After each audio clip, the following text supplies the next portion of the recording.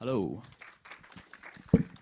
Just want to start by saying thank you to MCE, mainly for organising my talk the morning after the after party. Although I guess that means I can call my talk the after party's after party, which is pretty cool. So yeah, I'm going to talk today about how to design words for digital products if you're not a writer. So, as per the introduction, I'm Ryan and I design words for a living. This is my first ever conference talk, so that might explain any looks of horror or nervous laughter that I come out with. And just a note that I'm actually covering it, but my Twitter handle is at the bottom of every slide, so please feel free to send me any feedback or ask any questions after the talk. But it's actually really interesting that so many people have spoken to me over the course of this conference about, what is designing words, and it's like that curiosity is actually really encouraging.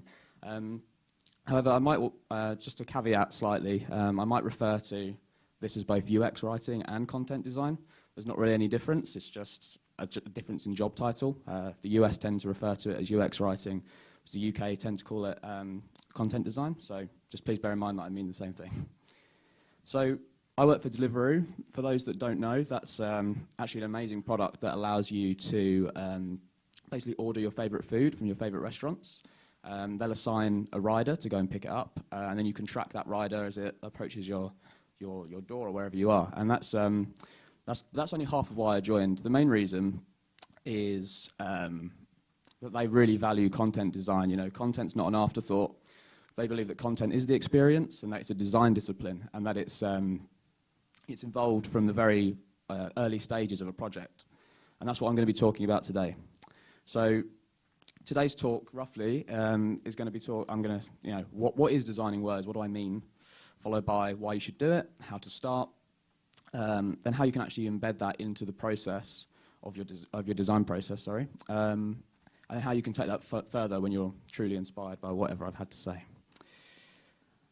Okay, so what the hell am I talking about when I say designing words?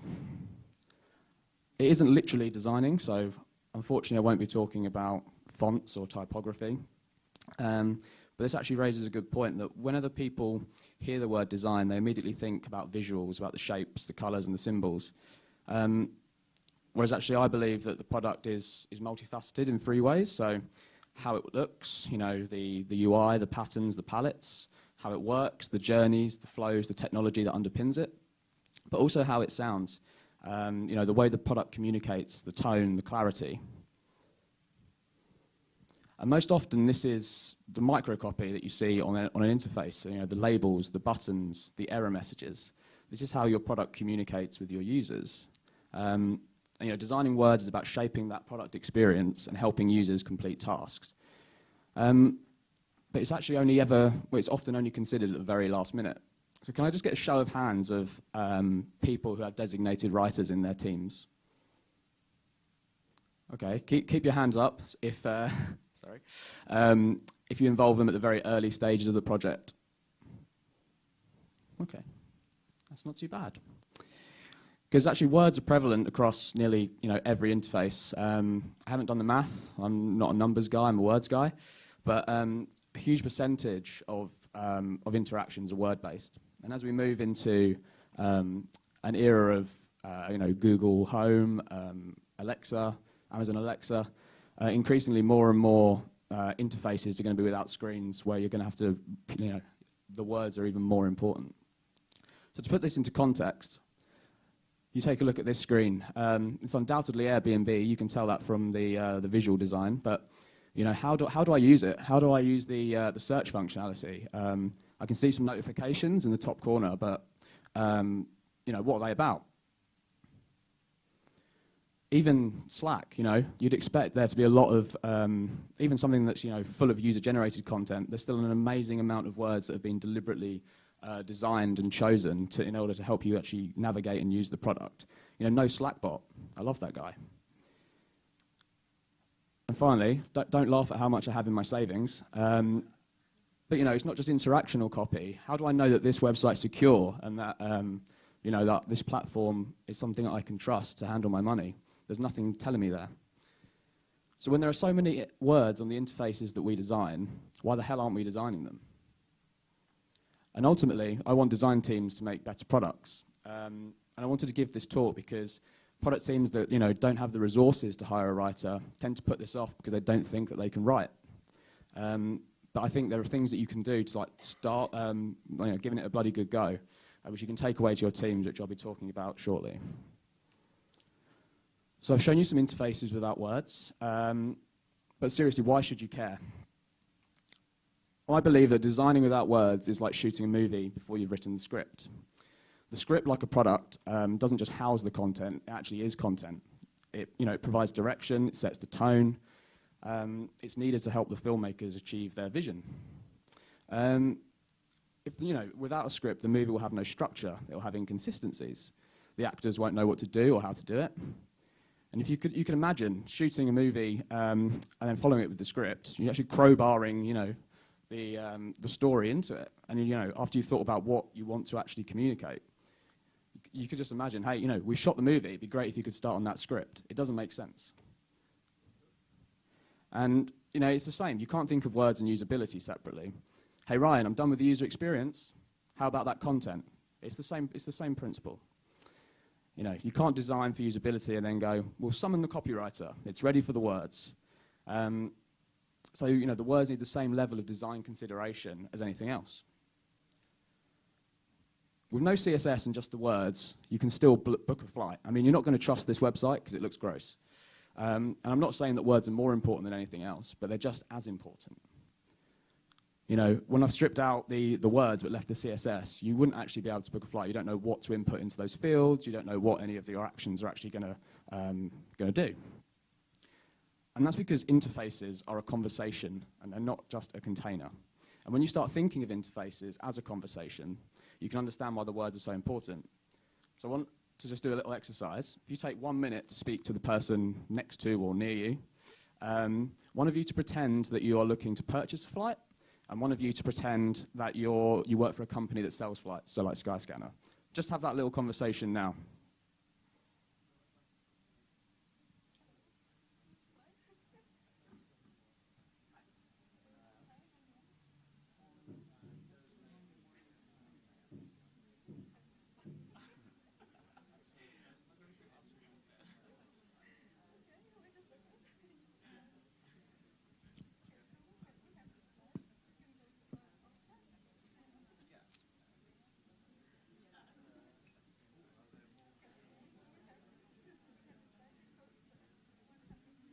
Okay, that's great. I don't want to use up too much time.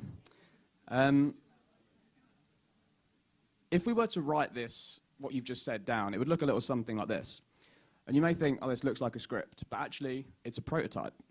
When you script out an interaction like this, you start to understand the task that a user needs to complete. But what you also do, which is really exciting, is actually start to think about how you can make the tone of the interaction a lot more conversational. You can use language that you wouldn't previously have thought about. So when I did this, I found it quite interesting that you lost some of the more formal vocabulary. So fly to and from were replaced with, replaced destination and origin. Just me replaced just one passenger. And 14 nights become 2 weeks. And that's something that might never have come out if you hadn't started prototyping the interaction in this way. And you can use this conversation to inform your sketches, your prototypes, and actually final designs. Stick it up on the wall and make it a piece of, an artifact of the project that you can continuously refer to. Your product is a conversation, and it pays to remember that. Okay, you still with me? Am I making sense? Cool. That's half the battle won already. So you know why to design words, but maybe you're thinking, well, I'm not a trained writer, I can't. So the next few slides are going to be some sort of more practical advice, as well as some examples of how not to do it and how to do it. So fundamentally, be useful. That's the main objective here. Consider where the user wants to go and help them get there. Always be thinking about producing just enough content to help them achieve their goal.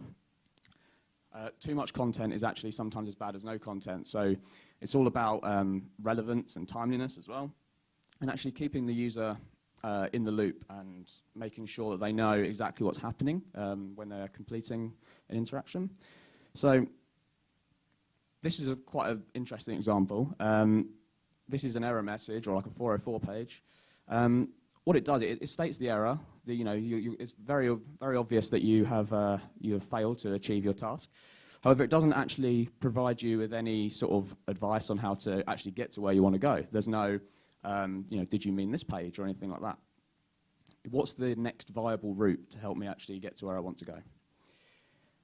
On the flip side, you have this example from Dropbox, which is actually, it clearly states what the issue is, and it offers you the chance to remedy that mistake, whether you want to request access for a new email address, or whether you want to switch to the email address that you've previously been granted access.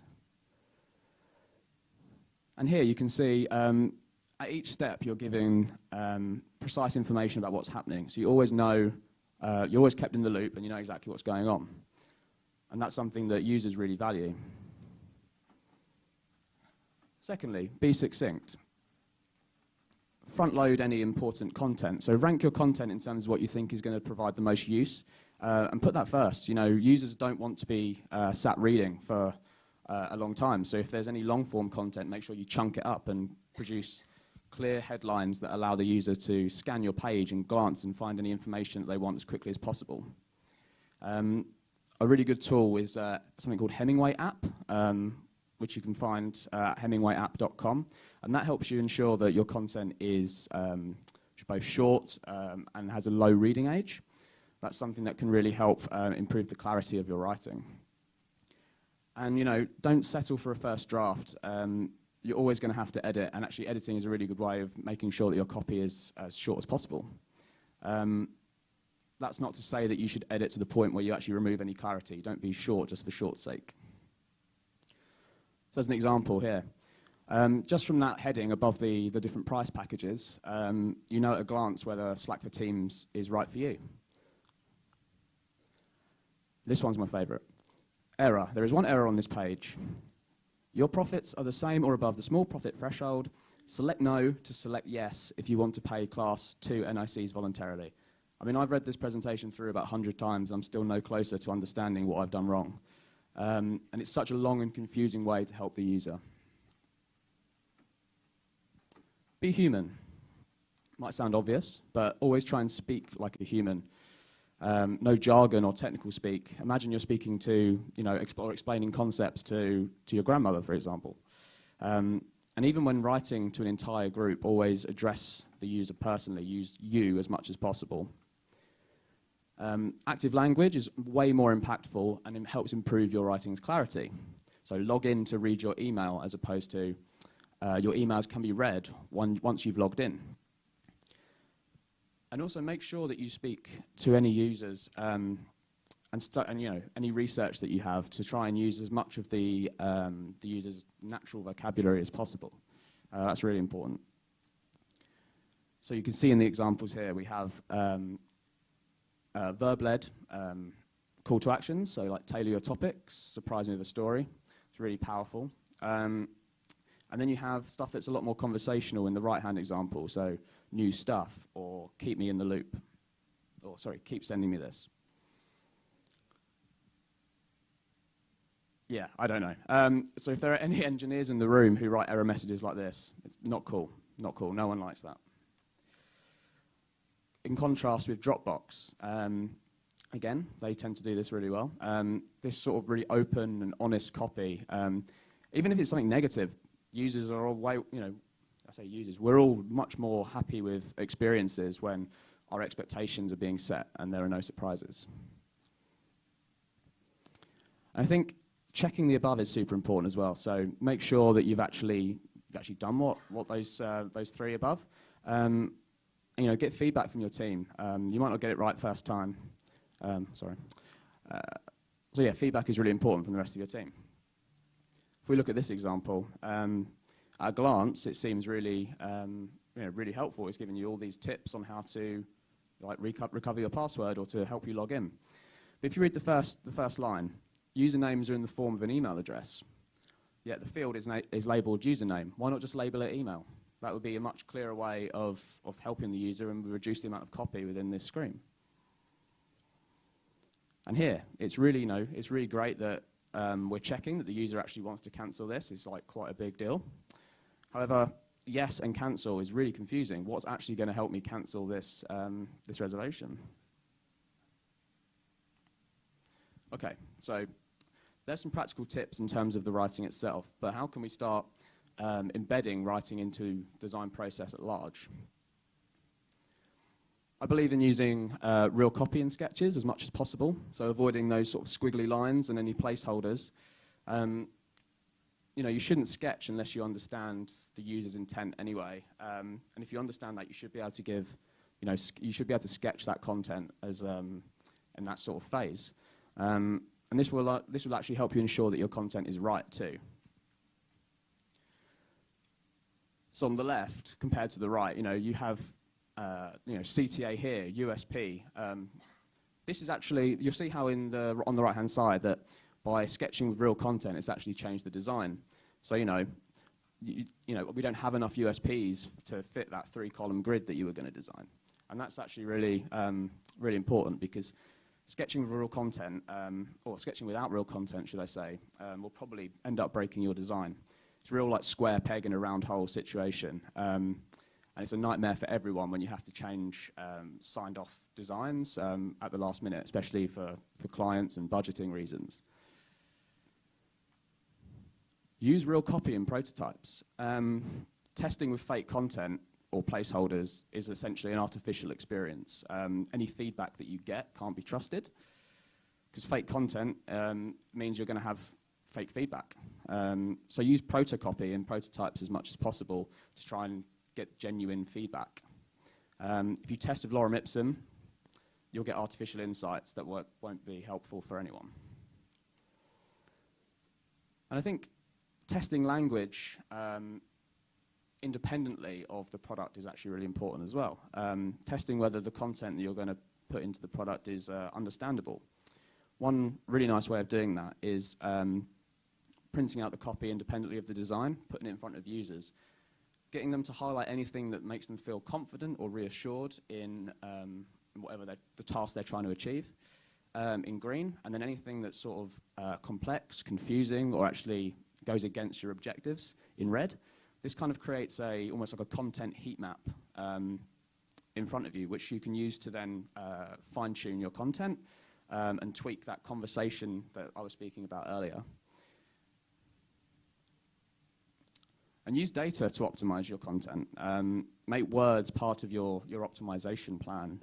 A/B test copy. You know, it's one of the greatest ways to see changes in behavior is the words that you use within microcopy, within buttons.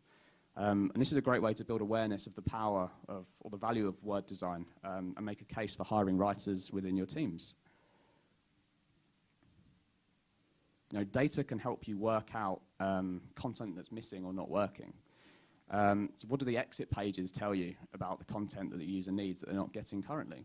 If we take a checkout flow, for example, if we find that a lot of users are exiting to an FAQ page about refunds, design some content that, you know, that explains that process at the point where they need it, so that they don't exit that checkout flow and you can keep users within your funnel.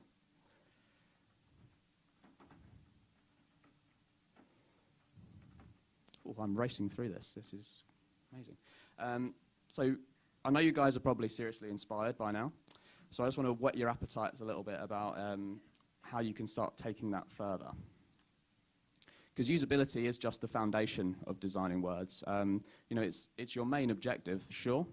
But there's stuff you can do to sort of take it a little bit further, I guess. Unfortunately, I don't have too much time to go like really in depth into that, but hopefully it will sort of show you what's possible. So as the stuff I've just gone through, that's just sort of the foundation, as I said. It provides focus and reduces abandonment in tasks. So that's you know, is it clear, is it succinct, is it human, is it useful, that sort of stuff. But on top of that, you can start introducing more traditional copywriting techniques of, you know, persuasion and behavioral change. And this is a way that you can actually encourage users to take certain actions. This is the sort of microcopy that's really useful if one of your, you know, product's key goals is to like improve conversion, for example. And what that is, you know, you can use tactics such as scarcity or urgency. So, only one left in stock, or hurry, the deal ends this Friday, for example. Or, benefit-led copy, making sure that you lead with anything that's going to sort of help improve the users' lives to make them take action.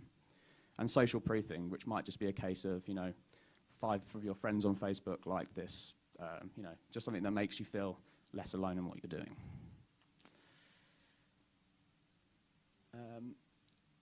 And thirdly, you have these sort of small touches that can be added to encourage loyalty, preference, and return custom. This is often the sort of embellishments that we call like delight, I guess, in the industry. But this requires sort of like real empathy with your users, because you need to know what makes them tick. And it can't come at the expense of usability. Jokes or puns are great, but if it's making the content less clear, then it's probably a no-no. And what this does, the examples of this are sort of cultural references in your content, or something that is deliberately designed to like evoke an emotional response or a feel of delight or novelty. And just some examples of this. You see on the left we have MailChimp. I can't even read it from here, but another user with this username already exists. Maybe it's your evil twin, Spooky. Like that, you have to really know your brand and how you can talk and understand whether your customers are going to enjoy this kind of frivolity, I guess. And Trello, knowing that their users are going to enjoy a Star Wars reference. I mean, I'm not sure who wouldn't, but with the Lando Calrissian placeholders, I mean, that wouldn't be suitable in a banking app, for example. And like my personal favourite on this screen is the Trump snooze button, which is like a really nice touch, and that's the sort of cultural references that can really sort of elevate an experience.